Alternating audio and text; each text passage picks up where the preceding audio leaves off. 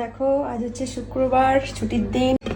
তো এই দেখো চিংড়ি মাছ নুন হলুদ আর কাশ্মীরি লঙ্কা গুঁড়ো দিয়ে মাখিয়ে রেখেছিলাম, তো ঢাকা দিয়ে রেখেছি এখন। আর এটা হচ্ছে নারকেলের দুধ। এই দেখো নারকেলটা আমি পেস্ট করে নিয়েছি, গরম জল দিয়েছিলাম, দিয়ে একটু পেস্ট করে নিয়েছিলাম, তারপরে ছেঁকে রেখেছি। হচ্ছে নারকেলের দুধ। আর এই হচ্ছে টক দই। আর এখানে একটা দেখো গরম জলে আমি একটু ভিজিয়ে রেখেছি কাজু বাদাম, সর্ষে, একটু মৌরি আর হচ্ছে কাঁচা লঙ্কা।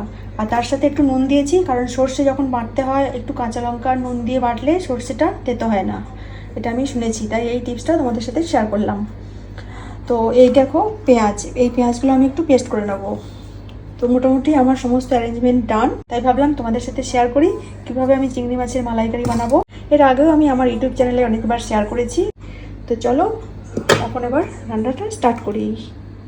সো এবার আমি চিংড়ি মাছগুলো ভেজে নেবো সবার প্রথমে। তাই আমি